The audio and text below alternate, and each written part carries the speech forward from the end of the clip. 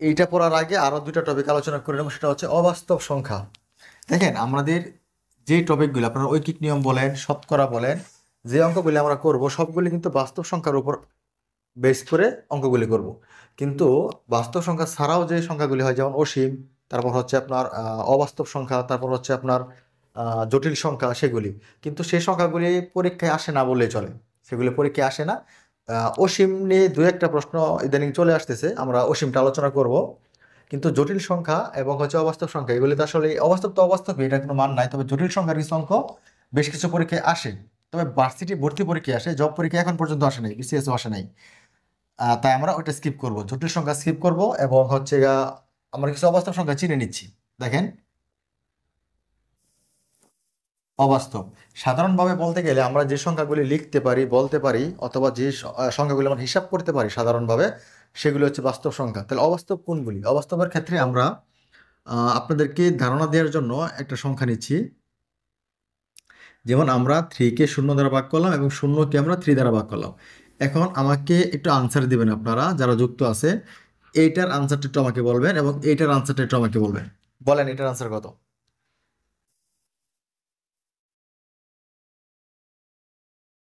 আচ্ছা, বলা যাচ্ছে না, আমাকে বলেন এটার আনসার কত? আচ্ছা, দুইটার আনসার 0, একজন বলছেন দুইটার আনসার 0। আরো কোনো মতামত থাকলে দিতে পারেন।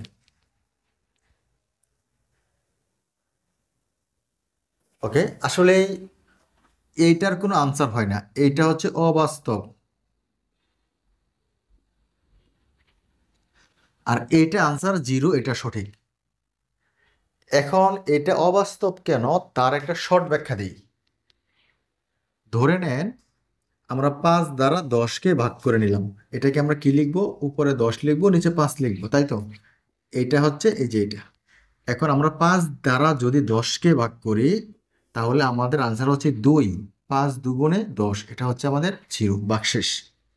এখন এই দুইটা গুণ করে আমাকে একটু বলেন তো যে মাঝখানের সংখ্যাটা পাওয়া যাচ্ছে কিনা।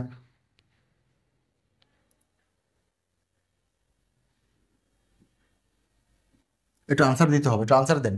এই দুইটা গুণ করে আমরা মাঝখানটা পাচ্ছি কিনা। আচ্ছা, এবার ধরেন আমরা 5 দ্বারা 13-কে ভাগ করব। তাহলে আমরা দুইবার ভাগ করতে পারি, 5 2 গুণে 10 আর হচ্ছে 3, ভাগশেষ।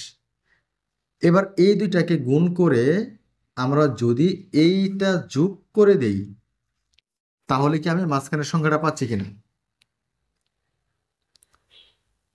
5 2 গুণে 10 আর হচ্ছে 3, আমরা কিন্তু মাঝখানের সংখ্যাটা পেয়ে যাচ্ছি।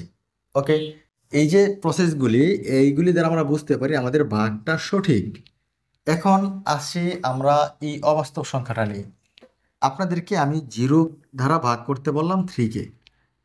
এখন আপনারা এইখানে আমাকে এমন একটা সংখ্যা লিখে দিবেন, যেমন এখানে আমরা 2 লিখছিলাম, এখানে 2 লিখছিলাম, বা অন্য কোনো সংখ্যা আমরা লিখতে পারতাম, এবং এদেরকে গুণ করে এটা যোগ করা লাগে, অথবা শুধু এদেরকে গুণ করা লাগে, তাহলে আমরা এই মাঝখানের সংখ্যাটাকে পাই। এখন আমাকে আপনারা বলে দিবেন এইখানে এমন কোনো সংখ্যা বসানো সম্ভব কিনা, যা বসিয়ে আমরা এই দুইটা গুণ করে মাঝখানের সংখ্যাটা পেতে পারি। এমন সংখ্যা আছে কি নাই? এমন সংখ্যা আপনি পাচ্ছেন না, কারণ এখানে আপনি 0 বসালেও তো 0 হয়ে যাচ্ছে, 3 বসালেও 0 হয়ে যাচ্ছে, তাই না?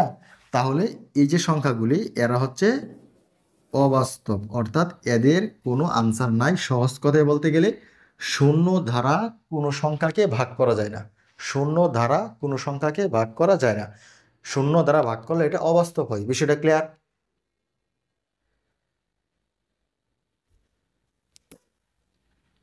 আচ্ছা, তাহলে আমরা একটা অবাস্তব সংখ্যা শিখে নিলাম, সেটা হচ্ছে শূন্য দ্বারা কোনো কিছুকে ভাগ করা যাচ্ছে না।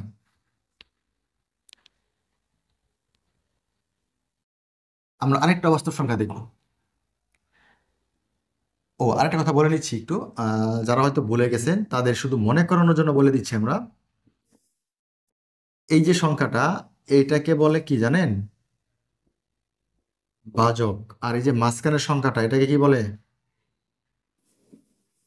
ভাজ্য। এই দুইটা আমরা সবাই জানি, এটা ভাগ ফল। আর এটাও আমরা জানি, এটা হচ্ছে ভাগ শেষ। এটা কেন লিখে দিলাম? অনেক সময় পরীক্ষা আসবে, ভাজক এত, ভাজ্য এত, ভাগফল কত, অথবা ভাগফল এত, ভাজ্য এত, তাহলে ভাজক কত। তো তখন যদি আপনার এগুলি সম্পর্কে ভালো ধারণা না থাকে সঠিক অ্যান্সারটা দিতে পারবেন না। এগুলি পারবেন কিন্তু সঠিক অ্যান্সারটা পারবেন না। এই জন্য বলে দিচ্ছি, এটা হচ্ছে ভাজক, এটা হচ্ছে ভাজ্য, এটা হচ্ছে ভাগফল, আর এটা হচ্ছে ভাগশেষ। এখন এই দুইটা নিয়ে আমাদের কোনো ঝামেলা নাই, এই দুইটা আমরা প্রায় সবাই জানি যে এটা ভাগফল, এটা ভাগশেষ। সমস্যা হয় মাঝে মধ্যে এই দুইটা নিয়ে। এখন এই দুইটা সমস্যাটা আমি একটু সলভ করার চেষ্টা করি আপনাদেরকে, যাতে করে ভুলে না যান। দেখেন, এখানে থাকলো 3। আমরা একটা ছোট করে আমরা একটা ফ্যামিলি অঙ্কন করি, একটা ছোট পরিবার।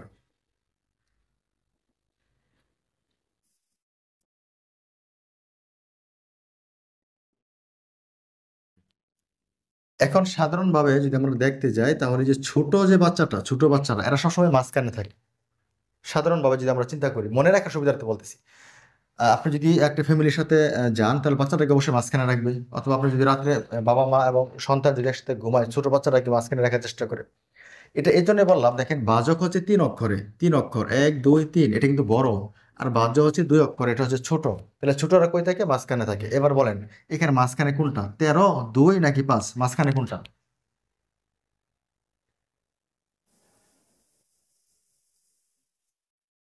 মাঝখানে থাকে। তাহলে আমরা বলছিলাম ছোট যারা তারা মাঝখানে থাকে, এখানে অক্ষরের কথা বলছি। তাহলে ছোট হচ্ছে বাচক না বাহ্য? বলেন তো কোন অক্ষরটা ছোট?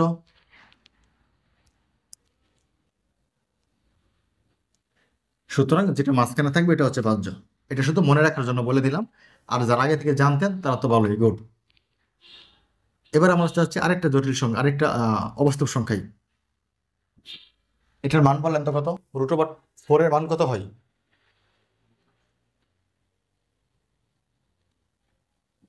2 হয়। শুধু 2 না +-2?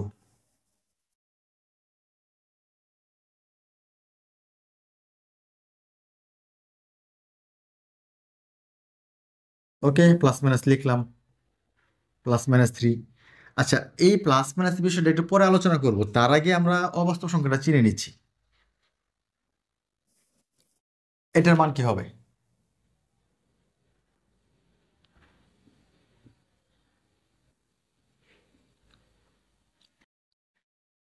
যদি আপনাদের কাছে ক্যালকুলেটর থাকে, একটু ক্যালকুলেটর চাপবেন, -4 লিখে √ওভার দিবেন, অথবা √ওভার লিখে -4 দিবেন, দেখবেন ম্যাথ ইরর আসবে। ক্যালকুলেটরে কি দেখাবে? Math error. অর্থাৎ √ওভারের নিচে ঋণাত্মক সংখ্যার বাস্তব মান নেই। তবে জটিল সংখ্যায়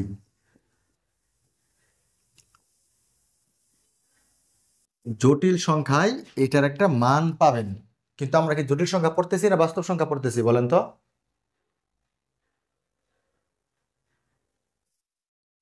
আ- আমরা বাস্তব সংখ্যা পড়তেছি, এই জন্য এইটার কোনো মান নাই, এটা হচ্ছে অবাস্তব। তাহলে আমরা দুইটা জিনিস শিখলাম অবাস্তব সংখ্যা। একটা হচ্ছে শূন্য দ্বারা কোনো সংখ্যাকে ভাগ করা যায় না, এটা অবাস্তব। √ওভারের নিচে বা স্কোয়ার অফ রুট এর নিচে ঋণাত্মক সংখ্যার মান হয় না, অর্থাৎ ঋণাত্মক সংখ্যার বর্গমূল অবাস্তব সংখ্যা। আমরা দুইটা সংখ্যা শিখলাম। এবার এটা ক্লিয়ার করি, প্লাস মাইনাসটা আসলে কেন হবে এবং কেন হবে না।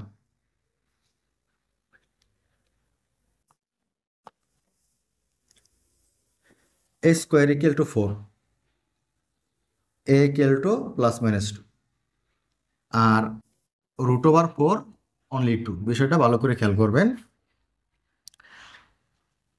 এটা কিন্তু ধনাত্মক সংখ্যা। একটা ধনাত্মক সংখ্যা কখনো ঋণাত্মক হতে পারে না। এটা ধনাত্মক, এটা ধনাত্মকই থাকবে। ধনাত্মক সংখ্যা চিনেন তো, যেগুলি প্লাস যুক্ত এরা সবাই ধনাত্মক সংখ্যা, আর যেগুলি মাইনাস যুক্ত এরা হচ্ছে ঋণাত্মক সংখ্যা। তাহলে এটা একটা ধনাত্মক সংখ্যা হয়ে থাকলে এইটার মূল কখনো ঋণাত্মক হতে পারবে না, এটা শুধু 2 হবে। যদি কেউ √4 কে +-2 লেখেন, শতভাগ আপনি এটা ভুল করে ফেলছেন, এটা ভুল, এটা সম্ভব না। এবার এইখানে আসেন, a² = 4। এখন এই এর মান প্লাস মাইনাস হতে পারে, আবার নাও হতে পারে। কখন হবে এবং কখন হবে না? আপনি কোনো একটা অঙ্ক করতে গেছেন, সেই অঙ্কের একটা চলক ধরছেন, চলকটা হচ্ছে কি এই এই দ্বারা আপনি জনসংখ্যা বোঝাচ্ছেন, যে মনে করি এই ক্লাসে 20 জন ছাত্র উপস্থিত এবং কিছু সংখ্যক অনুপস্থিত, মোট ছাত্র বা কিছু একটা অঙ্ক আপনাকে করতে হবে। আপনি যদি ছাত্র সংখ্যাকে দ্বারা প্রকাশ করে থাকেন, এই ক্লাসে 20 জন ছাত্র, অথবা মিস্টার রহিম, ওনার বয়স হচ্ছে ওনার বয়স হচ্ছে আমরা ধরে নিচ্ছি। এবার বলেন, কোনো ব্যক্তির বয়স কি মাইনাস হবে? যদি বলি রহিমের বয়স -2 বছর, এটা কি সম্ভব? একজন ব্যক্তির বয়স -20 বছর, এটা কি সম্ভব কিনা বলেন?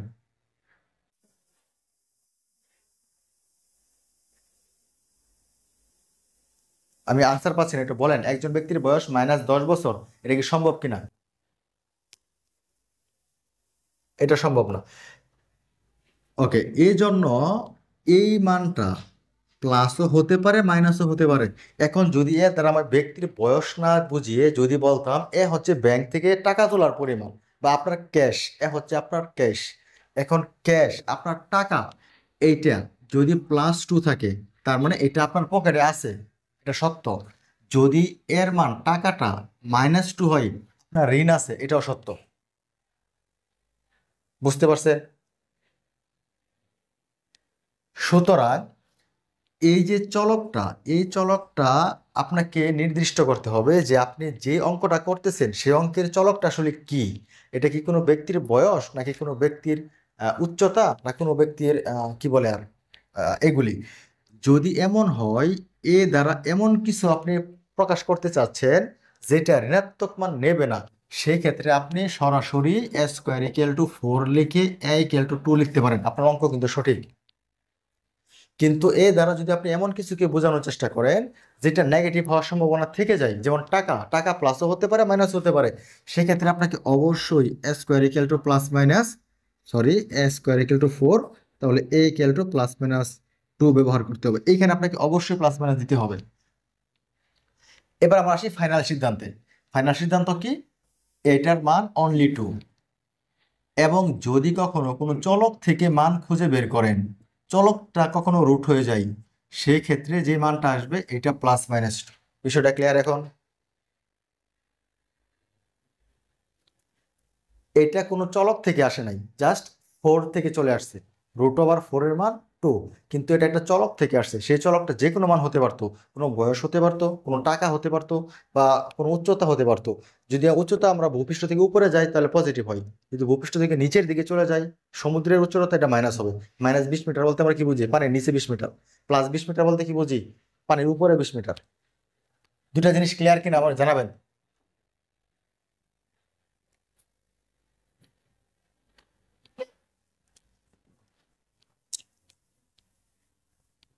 আচ্ছা, আমি আবার বলতেছি, √, যে মানটা, এটা কখনো প্লাস হয় কখনো মাইনাস হয়। একটা ধনাত্মক সংখ্যা, এটা কোনো চলকের উপর নির্ভরশীল না, এটা শুধু একটা মান, ধনাত্মক সংখ্যা। এটার মূল সব সময় পজিটিভ হবে। এবার যদি কোনো একটা চলকের মান 9 হয়, সেক্ষেত্রে a=√9 হয়। এই ক্ষেত্রে অবশ্যই আপনাকে +-3 দিতে হবে। অর্থাৎ নির্দিষ্ট সংখ্যার মান সবসময় পজিটিভ হয়, আর চলকের মান প্লাস মাইনাস হতে পারে। এবার ক্লিয়ার?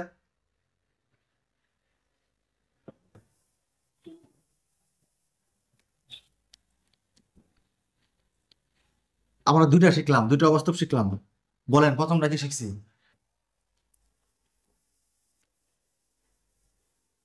একটু বলবেন প্রথমটা আমরা কি শিখছি? ভুলে গেছেন? কি শিখছি বলেন। ভুলেই তো গেছেন, বলতে পারতো। হ্যাঁ, শূন্য দ্বারা ভাগ করা যায় না। ওকে, শূন্য দ্বারা ভাগ করা যায় না। দ্বিতীয়টা কি শিখছি আমরা? √এর মান ঋণাত্মক হয় না, ঋণাত্মক সংখ্যার বর্গমূল হয় না, ঋণাত্মক সংখ্যার বর্গমূল হয় না। এই যে এটা, এমন কোনো মান আপনি পাবেন না। এটার মান ইরর, ম্যাথ ইরর, ক্যালকুলেটর চাপে দেখেন, ম্যাথ ইরর। আমরা লাস্ট আরেকটা অবাস্তব সংখ্যা দেখব। এটা অবাস্তব কোনো কিছুর, এটা নিচে একটা বেস বলে, বেস অথবা ভিত্তি, আর উপরটা বলে পাওয়ার, অথবা বলে সূচক, অথবা বলে ঘাত। কোনো কিছুর বেস কখনো শূন্য হতে পারে না, বেস শূন্য হতে পারে না, এটা অবাস্তব। ওকে, আমাদের অবাস্তবের পর্ব ক্লিয়ার। আমরা চলে আসতেছি বাস্তব সংখ্যায়।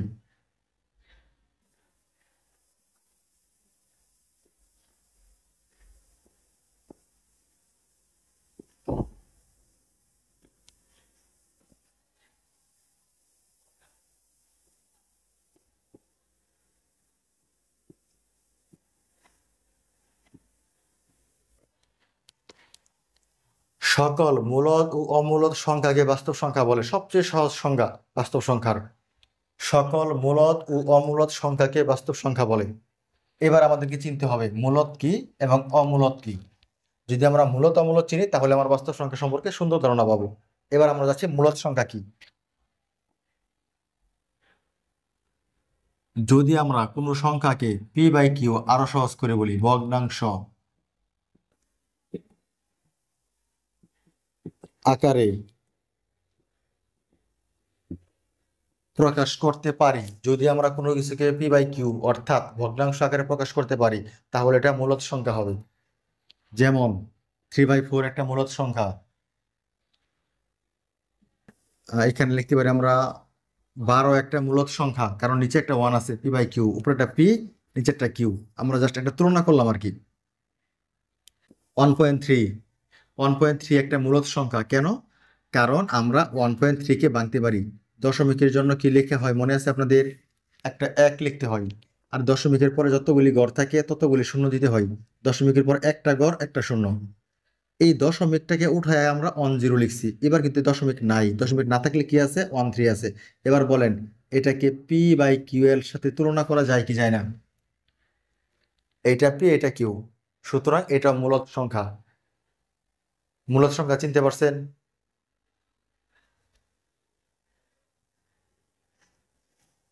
আনসার দেন, মূলদ চিনতে পারছেন কিনা? যদি ভগ্নাংশ আকারে প্রকাশ করা যায় তাহলে মূলদ হবে। অমূলদ দেখেন,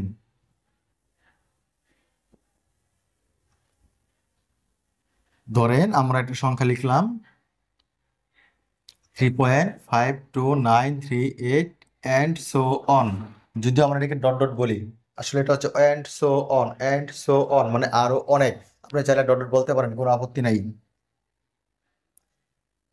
এখন এটাকে যদি আমরা পি বাই কিউ মানে ভগ্নাংশের মতো করে প্রকাশ করতে পারি তাহলে মূলদ হবে। যদি না পারি তাহলে অমূলদ হবে।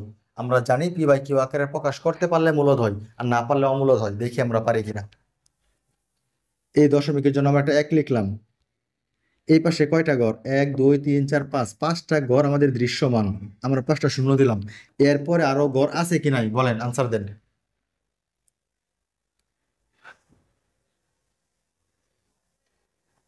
আছে, কিন্তু কতগুলি আছে আমরা কেউ জানি? জানি না। তাহলে এবারে দশমিকের জন্য আমরা এটা লিখছি। ওকে, দশমিক নাই, বাকিগুলি লেখেন। 3522938 আরো আছে কি নাই? অসংখ্য আছে। এই যে অসংখ্যবার আছে যে মানটা, এটা কি নির্দিষ্ট কোনো সংখ্যা না অনির্দিষ্ট? অনির্দিষ্ট কোনো সংখ্যাকে আপনি নাম দিতে পারবেন, পি দিতে পারবেন। অনির্দিষ্ট কোনো সংখ্যাকে আপনি কিউ দিতে পারবেন? পারবেন না।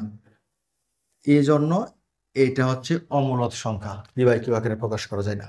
তার মানে আমরা চিনে গেলাম, যদি পি বাই কিউ আকারে প্রকাশ করতে পারি তাহলে মূলদ হবে, যদি পি বাই কিউ আকারে প্রকাশ করতে না পারি তাহলে অমূলদ হবে। বিষয়টা ক্লিয়ার? বলেন। মূলদ আপনি আপনি যদি ভগ্নাংশ আকারে প্রকাশ করতে পারেন যে কোনো সংখ্যা। এই দেখেন 5, এটা একটা মূলদ সংখ্যা। মূলদ কেন মূলদ? এটা নিচে একটা 1 আছে, 1 আছে মানে উপরে পি নিচে কিউ। পি হচ্ছে 5, কিউ হচ্ছে 1। আপনি 1.7 নেন, 1.7-এ কি আসে বলেন? দশমিকের জন্য 1, 1 ঘরের জন্য একটা শূন্য, 17। দশমিক বাংলা আমরা, এই 17 হচ্ছে পি, 10 হচ্ছে কিউ। সুতরাং আমরা যদি পি বাই কিউ আকারে প্রকাশ করতে সক্ষম হই তাহলে মূলদ হবে, যদি আমরা সক্ষম না হই তাহলে অমূলদ হবে।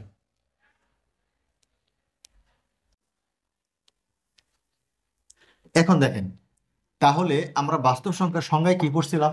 সকল মূলদ এবং অমূলদ সংখ্যা সমূহকে বাস্তব সংখ্যা বলে। এখন আমরা চিনছি মূলদ কোনগুলি। যেগুলিকে ভগ্নাংশ আকারে প্রকাশ করা যায় এরা হচ্ছে মূলদ, যাদেরকে ভগ্নাংশ আকারে প্রকাশ করা যায় না এরা হচ্ছে অমূলদ। তার মানে ভগ্নাংশ আকারে প্রকাশ করা যায় এবং যায় না এদের সব কিছু একত্রে করলে আমরা যে ধরনের সংখ্যা পাই এরাই হচ্ছে বাস্তব সংখ্যা। ক্লিয়ার? এবারে দেখেন, আমরা 9 দ্বারা ভাগ করব 20-কে। 9 দ্বারা ভাগ করব আমরা 20-কে। তাহলে আমরা 9 লিখলাম এবং 20 লিখলাম। কয়বার ভাগ যাচ্ছে? 2 বার। 9 দুগুণে 18, থাকবে কত? 2। ওকে, এখন কি আরো ভাগ যাচ্ছে কি যাচ্ছে না বলেন? আর ভাগ যাচ্ছে না। যদি ভাগ না যায় তাহলে আমরা জানি এইখানে একটা দশমিক দিয়ে এখানে একটা শূন্য দেওয়া যায়। এখানে একটা দশমিক দিয়ে একটা শূন্য দেওয়া যায়। এবং এই যে দশমিক দিছে এইটার জন্য আপনি এখানে সারা জীবন শূন্য দিতে পারবেন, কিন্তু একসাথে দুইটা দিতে পারবেন না, একটা একটা দিতে পারবেন। যদি একসাথে দুইটার প্রয়োজন পড়ে তাহলে এখানে একটা শূন্য দিয়ে তারপরে এখানে শূন্য দিতে হবে। আমরা সেখানে যাচ্ছি না। এবার বলেন শূন্য দেওয়ার পরে সংখ্যাটা কত হলো? 20। এবার বলেন তো 9 আবার 20-এর মধ্যে কয়বার যাবে? আবার দুইবার যাবে, আবার হবে 18, আবার থাকবে 2। এই যে দশমিক দিছেন এর জন্য বলছিলাম সারা জীবন শূন্য নামাতে পারবেন। আবার শূন্য নামান, আবার যাবে 2, আবার নামবে 18, আবার 2। এটা কখনো শেষ হবে না, চলতেই থাকবে সারা জীবন, চলতেই থাকবে। এই যে চলতেই থাকবে এই জন্য আমরা এটাকে ডট ডট দিব এখানে, কারণ এটা অসংখ্যবার চলতেছে। এই যে অসংখ্যবার চলে যাচ্ছে এই সংখ্যাগুলি একই সংখ্যা বারবার আসতেছে না ভিন্ন কোনো সংখ্যা আসতেছে বলেন তো?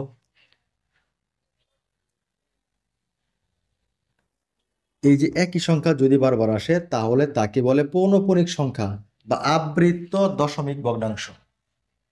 কি বলে? প- হ্যাঁ, আবৃত্ত দশমিক অথবা পৌনঃপুনিক সংখ্যা। এবার আমাকে উত্তর দিবেন আপনারা, এটা কি মূলদ না অমূলদ? এই সংখ্যাটা কি মূলদ না অমূলদ? মূলদ না অমূলদ? যদি শেষ না হয় তাহলে মূলদ হয় না অমূলদ হয়? অমূলদ হয়। কিন্তু এইটা মূলদ, এইটা মূলদ। এটা কেন মূলদ দেখেন। আসলে এই সংখ্যাটা কোত্থেকে আসছে বলেন তো? এই সংখ্যাটা কোত্থেকে আসছে?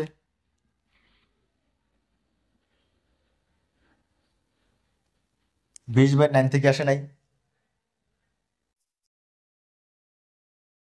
তাহলে যেখান থেকে আসছে এটা কি ভগ্নাংশ ছিল কি ছিল না বলেন? তাহলে অবশ্যই সে মূলদ ছিল। আর একটা মূলদ সংখ্যাকে ভাগ করে কি আপনি অমূলদ বানাতে পারবেন? এটা মূলদই থাকবে। এখন সমস্যাটা এই জায়গায় যে আমরা তাহলে চিনবো কি করে? আরেকটা সংখ্যা যদি আমরা লিখি যেমন 2.39526, মানে এটা যে কোত্থেকে আসছে এটা তো আমরা জানি না। এটা তো এমন হতে পারে মূলদ হয়ে যাচ্ছে। না, এটা মূলদ হবে না। কেন হবে না? এই দেখেন একই সংখ্যা যদি রিপিট হয় তাকে বলে পৌনঃপুনিক সংখ্যা। আর পৌনঃপুনিক সকল সংখ্যাই মূলদ সংখ্যা। কি বললাম? পৌনঃপুনিক যত সংখ্যা হয় সব মূলদ সংখ্যা, এই জন্য এটা মূলদ হবে। এবার যদি আপনাদেরকে আসে পরীক্ষায় 3.020202, বলেন তো এটা কি মূলদ না অমূলদ? এটা মূলদ সংখ্যা, কারণ বারবার একই আনসার আসতেছে 020202। এটা কি মূলদ না অমূলদ বলেন? এটা অমূলদ, কারণ কোনো সংখ্যা রিপিট নাই। রিপিট থাকলেই মূলদ, রিপিট থাকলেই মূলদ, কারণ এটা পৌনঃপুনিক আকারে লেখা যায়। এটা কি লেখা যায় বলেন? 3.020 উপরে পৌনঃপুনিক আর টুর উপরে পৌনঃপুনিক। কারণ বারবার এটা আসবে, যেটা বারবার আসবে এটার উপর পৌনঃপুনিক দেওয়া যায়, এরা হচ্ছে মূলদ সংখ্যা। ওকে, তাহলে আমাদের মোটামুটি এখানে কয়টা বিষয় ক্লিয়ার? বাস্তব সংখ্যা ক্লিয়ার, অবাস্তব সংখ্যা ক্লিয়ার। বাস্তব সংখ্যার মধ্যে পড়ছি আমরা সকল মূলদ এবং অমূলদ সংখ্যা সমূহকে বাস্তব সংখ্যা বলে। আমরা শিখছি কোনগুলি মূলদ এবং শিখছি আমরা কোনগুলি অমূলদ, এবং একটা ব্যতিক্রম মূলদ আমরা শিখে নিছি যে এরকম হয়ে গেলেও মূলদ হতে পারে।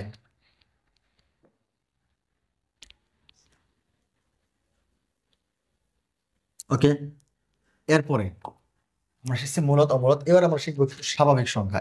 এখন আমরা যে সংখ্যাগুলি শিখবো এগুলি খুবই স্বাভাবিক, নাম অস্বাভাবিক।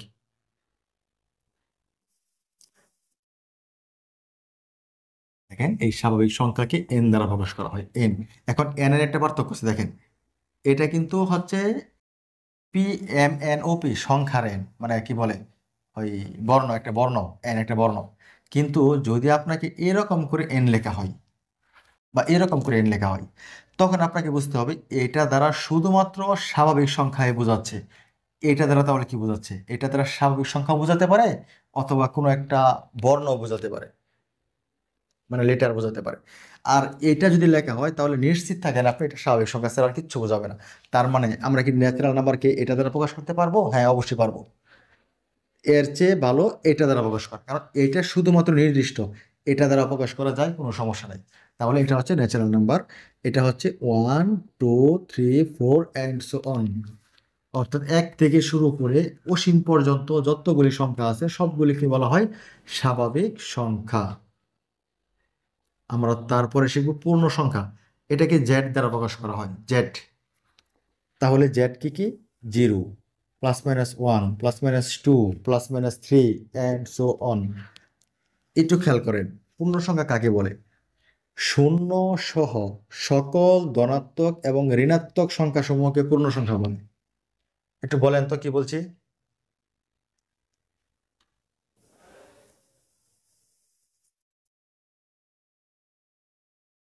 হ্যাঁ, শূন্য সহ সকল ধনাত্মক এবং ঋণাত্মক সংখ্যাসমূহকে পূর্ণ সংখ্যা বলে। এরপর আমরা শিখবো জোড় সংখ্যা। যদিও আমরা জানি সবাই জোড় সংখ্যা 0 2 4, এটি জানি আমরা 8। এরা যদি এককের ঘরে থাকে, এককের ঘরে থাকলে তাহলে 1 2 9 2, বলেন তো এটা জোড় না বিজোড়?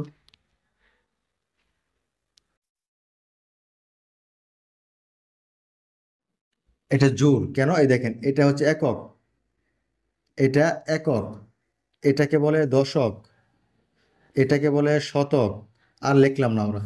এককের ঘরে যদি এটা এটা এটা এটা এটা এদের যে কোনো একটা থাকে তাহলে সে জোড় হয়ে যাবে। এই জোড় সংখ্যাকে 2n দ্বারা প্রকাশ করা হয়।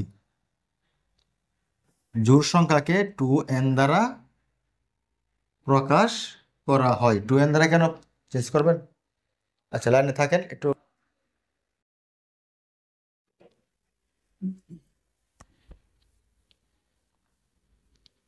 আমরা যেখানে ছিলাম আমরা বলছিলাম জোড় সংখ্যা।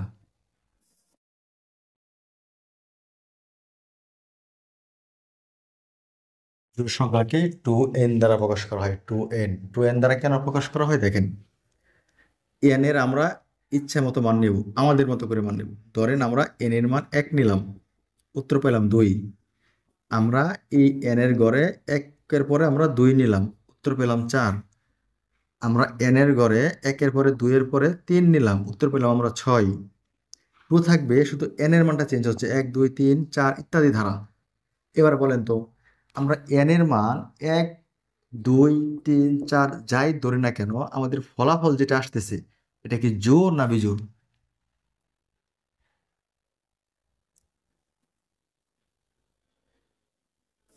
আনসার করেন। জোড় সংখ্যা।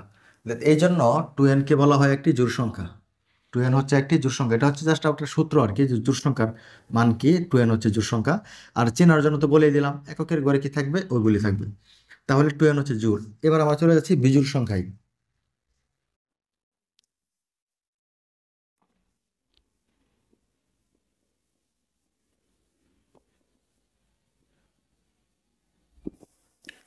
বলেন তো 2n জোড় ছিল না বিজোড় ছিল?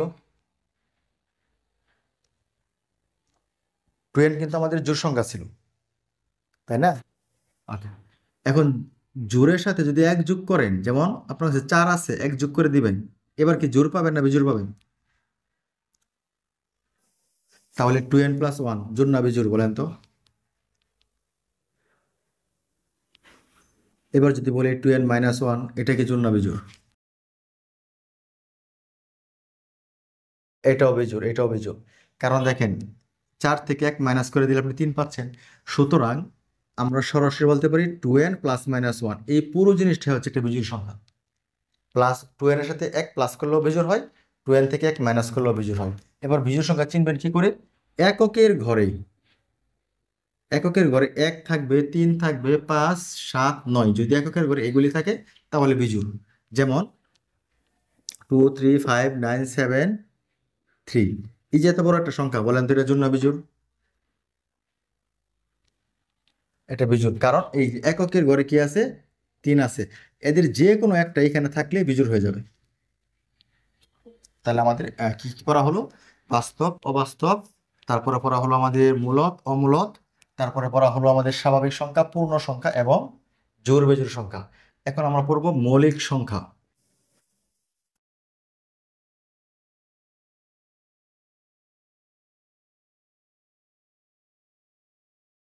যে সকল সংখ্যাকে এক এবং ওই সংখ্যা ছাড়া আর কোনো সংখ্যা দ্বারা ভাগ করা যায় না, যে সকল সংখ্যাকে এক এবং ওই সংখ্যা ছাড়া আর কোনো সংখ্যা দ্বারা ভাগ করা যায় না, এরা হচ্ছে মৌলিক সংখ্যা। যেমন 2, 3, 5, 7, 11, 13, 17, 19 ইত্যাদি চলতেই থাকবে। এগুলি আমরা পরে লিখে দিব সবগুলি। এখন বলেন তো 5 বা 7 মধ্যে কি কি ভাগ যায়? 1 এবং 5 ছাড়া আর কোনো সংখ্যা কি 5-এ ভাগ যায়? যায় না। 17 মধ্যে 1 এবং 17 ছাড়া কি আরো কোনো সংখ্যা ভাগ যায়? যায় না। সুতরাং এরা হচ্ছে মৌলিক সংখ্যা। অর্থাৎ 1 এবং ওই সংখ্যা ছাড়া আর কোনো সংখ্যা দ্বারা ভাগ করা যায় না। এখানে একটা জিনিস খেয়াল করেন, যত মৌলিক সংখ্যা আছে সব কিন্তু বিজোড়।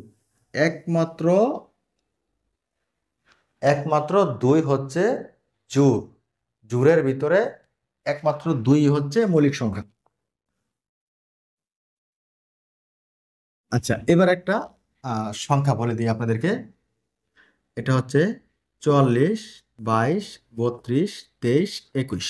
একটা সংখ্যা লিখে দিলাম 44, 22, 32, 23, 21। এটা তারা কি লিখলাম আমরা? প্রতি দশকে কয়টা মৌলিক থাকে সেটা বের করার একটা টেকনিক। দেখেন, আমরা যদি 1 থেকে 10-এর ভিতরে চিন্তা করি যে মৌলিক কয়টা, তাহলে আমরা 2 পাবো, 3 পাবো, 5 পাবো, 7 পাবো। যদি বলি আমরা 10 থেকে 20-এর ভিতরে মৌলিক কয়টা, আমরা 11 পাবো, 13 পাবো, 17 পাবো, 19 পাবো। যদি বলি আমরা 20 থেকে 30-এর ভিতরে মৌলিক কয়টা, তাহলে আমরা 23 পাবো, 29 পাবো। আর লিখলাম না আমরা। এবার খেয়াল করেন, এই যে 4 লিখছি আমরা, এটা হচ্ছে প্রথম দশক। প্রথম দশক মানে 1 থেকে 10-এর ভিতরে। পরে 4 লিখছি, এটা হচ্ছে পরের দশক মানে 10 থেকে 20-এর ভিতরে। পরে 2 লিখছি, এটা হচ্ছে এর পরের দশক মানে 20 থেকে 30-এর ভিতরে। এই বিষয়টা কি আপনারা ক্লিয়ার হয়েছেন কিনা বলেন? এখন যদি বলা হয় যে 20 থেকে 30-এর ভিতরে মৌলিক সংখ্যা কয়টা বলেন তো? 20 থেকে 30, 30 থেকে 40, 40 থেকে 50, 90 থেকে 100। ওকে, বুঝতে পারছেন কেমনে পড়বেন? ছন্দটা হচ্ছে 44, 22, 32, 23, 21। মানে প্রতি দশকে প্রথম দশে এটা পরের 10, পরের 10, পরের 10, পরের 10, তাহলে 80 থেকে 90-এর ভিতরে পড়বে দুইটা। ওকে, এবার আপনাদেরকে আমি একটা প্রশ্ন করলাম, এটা হচ্ছে 30 থেকে 60-এর ভিতরে মৌলিক সংখ্যা কয়টা আমাকে বলে দেন তো? 30 থেকে 60, এটা দ্রুত আনসার দেবেন, দ্রুত।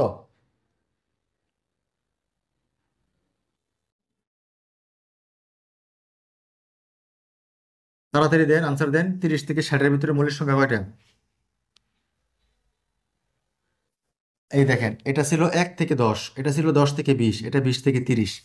আমরা বলছি 30 থেকে 60, তার মানে এই যে 30 থেকে 40, 40 থেকে 50, 50 থেকে 60, এইগুলি হচ্ছে 30 থেকে 60। তাহলে 2, 2, 4 আর 3, 7। ওকে,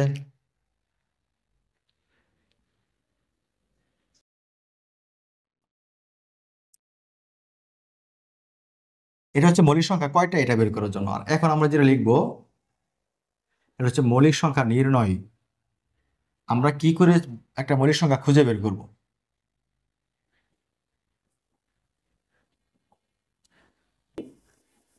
আমরা এই সূত্রটা, আসলে সূত্র না, এটা সূত্র বলা যাবে না, কারণ সূত্র সবসময় সত্য হয়। এটা সূত্র না, এটা শুধু মৌলিক সংখ্যা বের করার একটা কৌশল, মানে একটা টেকনিক। আমরা এই টেকনিক অবলম্বন করে মৌলিক সংখ্যাগুলি খুঁজে বের করতে পারি।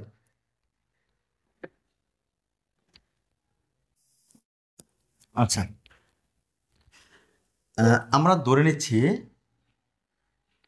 আমাদের 40 থেকে 50-এর ভিতরে কিছু মৌলিক সংখ্যা দরকার। এখন আমাদের প্রয়োজন, কিন্তু আমাদের মুখস্থ নাই, আমরা ভুলে গেছি। আমরা সবাই ভুলে গেছি যে 40 থেকে 50-এর ভিতরে মৌলিক সংখ্যা কি কি। মুখস্থ থাকলেও আমরা ভুলে গেছি। এখন আমরা কি করে বের করব যে 40 থেকে 50-এর ভিতরে কয়টা মৌলিক সংখ্যা এবং কি কি আছে? কয়টা এটা আমরা বের করতে পারবো ওই যে 44, 22 থেকে, কিন্তু কি কি সেটা ভুলে গেছি। অথবা সত্তর থেকে 80, 70 থেকে 80 এর ভিতরে কয়টা মৌলিক সংখ্যা এটাও আমরা বলে গেছি। আমরা কেমনে বের করব? দেখেন, আমরা নোটটা মনে রাখবো।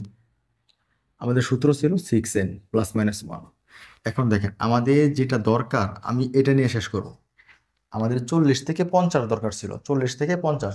এখন 40 থেকে 50-এর ঘরে প্রবেশ করার জন্য এন এর যে মানটা দরকার আপনারা সেই মানটা ব্যবহার করবেন।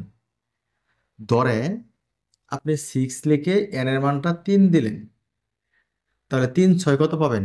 18। একবার 1 প্লাস করেন, একবার 1 মাইনাস করেন, তাহলে কি আমরা 40-এর ঘরে প্রবেশ করতে পারতেছি?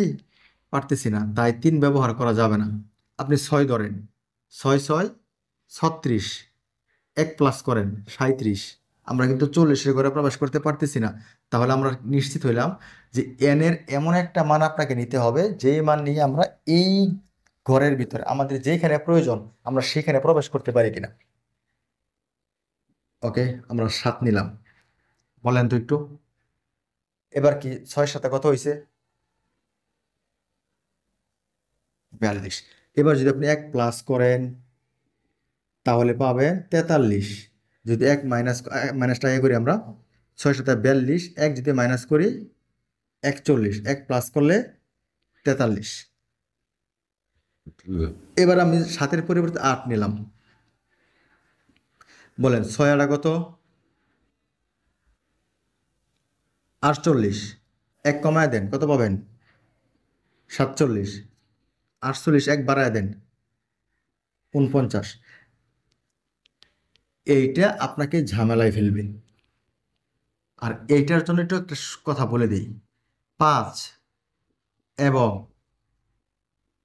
7 ধারা ভাগ হলে বাদ দিয়ে দিবেন। এই সূত্র ব্যবহার করে মার্কারের কালি নেই, আপনারা কি লেখা স্পষ্ট দেখতে পারতেছেন? মার্কারের কালিটা শেষ হয়ে গেছে, লেখাগুলি কি ক্লিয়ার দেখা যাচ্ছে নাকি একটু বলেন তো?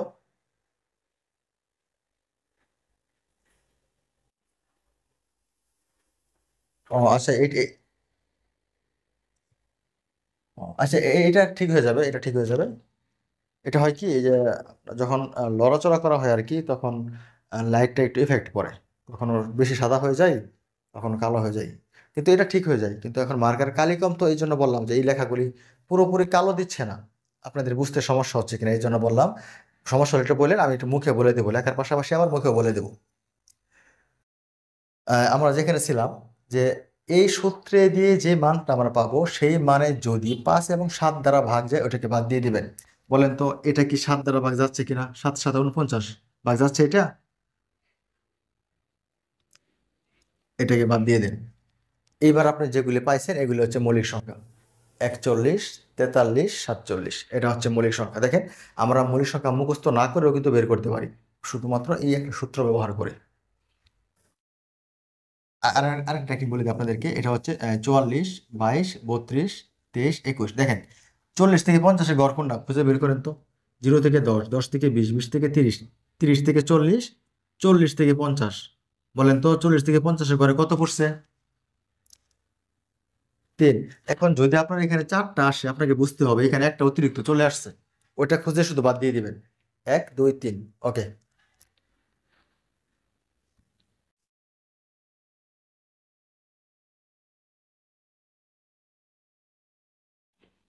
আমরা আজকে টপিকটা শেষ করব সহমৌলিক দিয়ে। সহমৌলিক,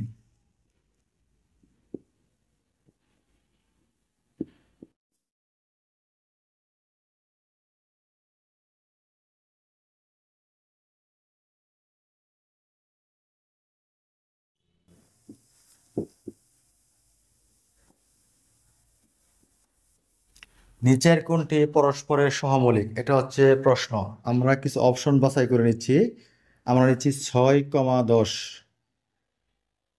আমরা নিচ্ছি 10,20, আমরা নিচ্ছি 9,10, এবং আমরা নিচ্ছি আচ্ছা আমরা আমরা নিচ্ছি 10,5।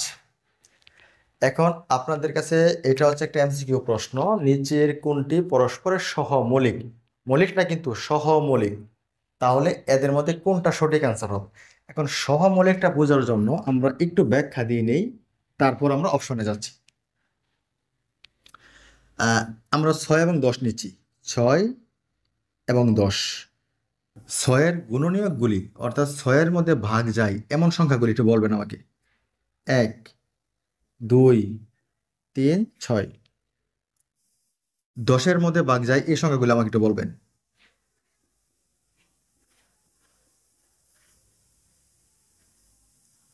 ওকে, 20-এর মধ্যে ভাগ যায় এই সংখ্যাগুলো একটু বলবেন আমাকে।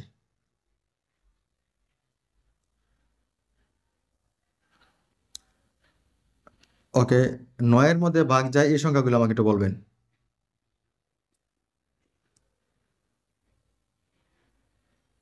ওকে, 5-এর মধ্যে ভাগ যায় এগুলো একটু বলেন আমাকে। ওকে, আমরা এগুলো একটু লিখে নিলাম আমাদের হিসাবটা সহজ করার জন্য। 6 এবং 10 দিয়ে আমরা শুরু করি। 1 পৃথিবীর সকল সংখ্যার গুণনীয়ক। 1 সকল সংখ্যার গুণনীয়ক, তাই আমরা 1-কে বাদ দিয়ে দিলাম। 1 সবার সাথে আছে, 1 বাদ। 6 এবং 10-এর মধ্যে 1 ছাড়া আরো সাধারণ কোনো মিল আছে কি নাই? গুণনীয়কের কোনো মিল আছে কিনা? মিল থাকলে সহমৌলিক হয় না, এটা সহমৌলিক হচ্ছে না। 10 এবং 20, এদের মধ্যে দেখেন অনেকগুলি সাধারণ মিল পাওয়া যাচ্ছে, সুতরাং এটাও সহমৌলিক না। 9 এবং 10, এই যে এটা হচ্ছে 10-এর, এটা হচ্ছে 9-এর, বলেন তো কোনো সাধারণ বা কমন কোনো গুণনীয়ক আছে কি নাই? এটাই সঠিক অ্যান্সার। এবার বলে দিচ্ছি আমরা, একাধিক সংখ্যার মধ্যে 1 ছাড়া যদি আর কোনো সাধারণ গুণনীয়ক না থাকে তাহলে তারা পরস্পরের সহমৌলিক। ক্লিয়ার? ওকে, আমাদের, হ্যাঁ বলেন, প্রশ্ন আছে কারো?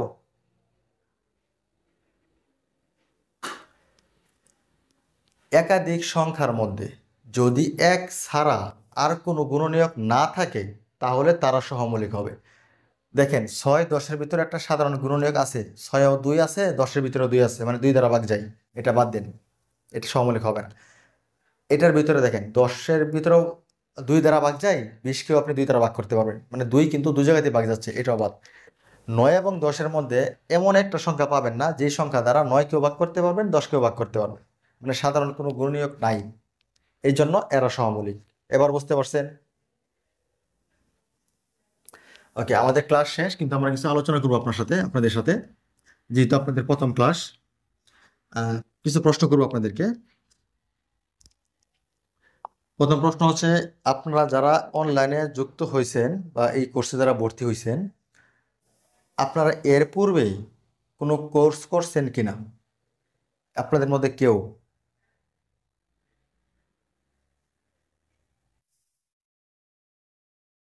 অফলাইনে, অফলাইনে করতেছিলেন? কোথায়, কোন কোচিংয়ে, কোন ব্যাচে, কোন 168? ও আচ্ছা আচ্ছা, আমি 175 দিয়ে শুরু করছি। হ্যাঁ, আপনি হয়তো তখন আমাকে পান নাই, আমি শুরু করছি এখানে 175 ব্যাচ দিয়ে।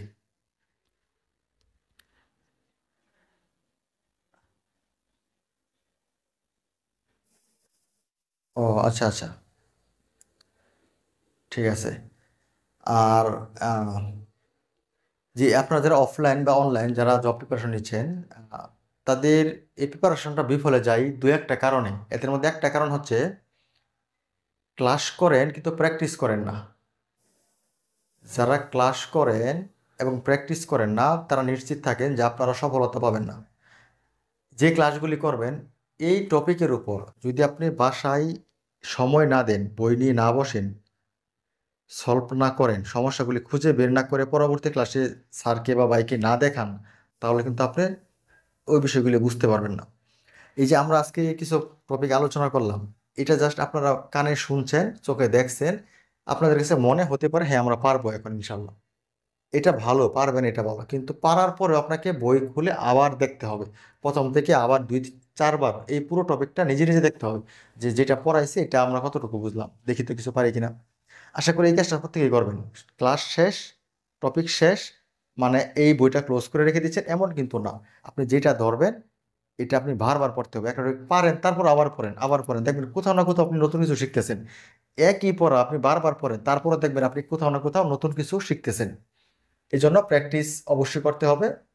প্রতিটা ক্লাসের পড়া, প্রতিটা ক্লাস শেষ হওয়া মাত্রই সময় যখনই পাবেন যত দ্রুত সম্ভব সমাধান করা শুরু করে দিবেন।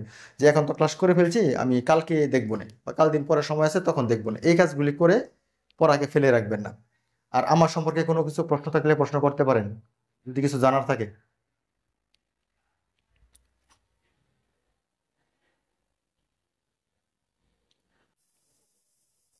এই না না না না এটার পিডিএফ হবে না, এটাকে আপনার সরাসরি আপনার ভিডিও আপলোড করা হবে, সম্ভবত রাতের ভিতরে আপলোড করা হয়ে যায় না। আহ, হ্যাঁ, এটা তাহলে আগামীকাল যদি হয় তাহলে আপনি একটু আগামীকাল দেখে নেবেন আর কি।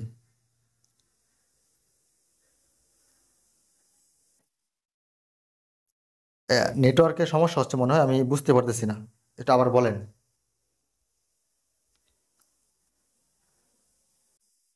কেউ কিছু বলছেন?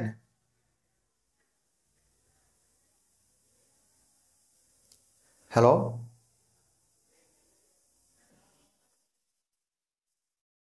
আচ্ছা, কেউ মনে হয় কিছু বলতেছেন, কিন্তু নেট সমস্যা থাকার কারণে আমি পরিষ্কার শুনতে পাচ্ছি না। আরেকবার বলার চেষ্টা করেন, অথবা মেসেজ করতে পারেন। হ্যাঁ, আপনারা যে মেসেজ বক্স আছে, আপনারা চাইলে মেসেজ করে আমাকে কিছু বলতে পারেন যদি কথা সমস্যা হয় বুঝতে।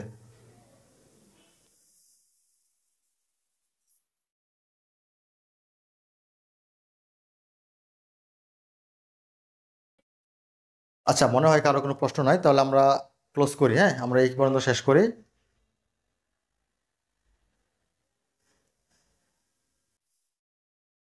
হ্যাঁ, আপনারা খায়রুলটা কিনবেন, যদি আপনার আগে থেকে কোনো বই কিনা না থাকে তাহলে খায়রুল কিনবেন, আর যদি আগের কোনো বই কিনা থাকে তাহলে নতুন করে কিছু কিনতে হবে না, ওইটা দিয়ে চলবে। যদি আপনার শাহিন থাকে শাহিন নিতে পারেন।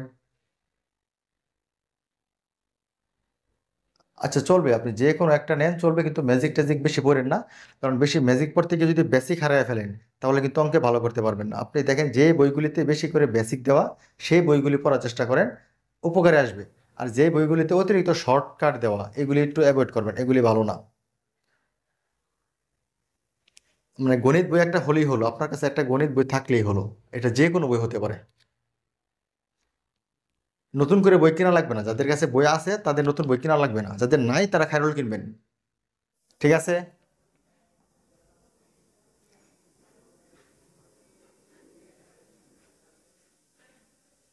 ওকে, ভালো থাকবেন সবাই। ইনশাল্লাহ আমাদের পরবর্তী ক্লাসে দেখা হবে।